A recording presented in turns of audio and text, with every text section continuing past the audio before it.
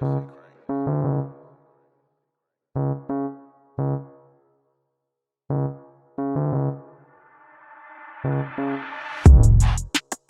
going on, Lil Meech and Vinchi? My name is Driune Santana.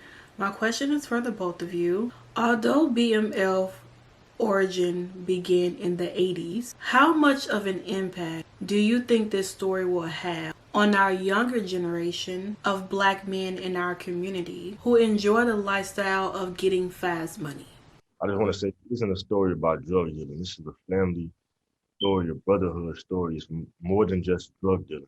Like you don't look at the channel about killing people and go and want to kill somebody. You don't just do what you see. You take from it. So people really gonna be able to read between the lines, be able to understand that it isn't a story about drug dealing. It was a story about two brothers that did what they had, made the choices that regular people wouldn't even have made in the opportunities that they had and the choices that they had. They didn't have a chance like any other person, to go to college or go get an education or do something like that. Like their family was working 2 and 3 jobs a day and still couldn't pay the bills. So it's a different understanding that people watching it, that the viewers are gonna understand from it. It's not saying, oh, go sell drugs and go be like my dad, because my dad in jail right now. My dad got taken away from me since I was 5 years old. So it ain't no sin. You're not gonna want to watch it and want to do what they did. You want to learn from their mistakes and learn that what they did just wasn't bad. So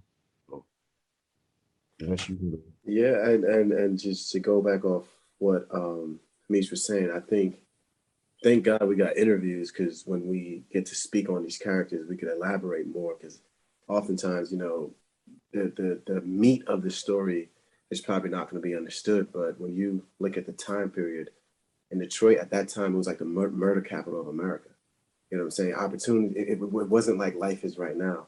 It's bigger than just the drugs and stuff like that. It goes into how they did what they did and they turned it around and used it for good. You know what I'm saying? But it's like as like Meech was saying, you don't go watch NCIS on TV and say, you know what, I'm about to learn how to kill this person but not get caught this time because they got caught like this, so I'm gonna do it and not do that. You know what I'm saying? You're gonna watch it, and if you do think like that, then that's a whole nother problem. Yeah, But yeah, you shouldn't be watching TV at all. But like yeah, so I think before people look at it like, oh, we're just selling drugs and glorifying that, when you look at the deeper meaning, this is the American dream. And if you look at the founding fathers of this country, I mean, I could break down things. JFK talked about what these people on top do don't even compare to what the citizens of America do. You know what I'm saying? So it's like, when you push someone back against the wall and they're under this enormous amount of pressure, When it's you talk amazing. about how drugs got into the states and how it got here.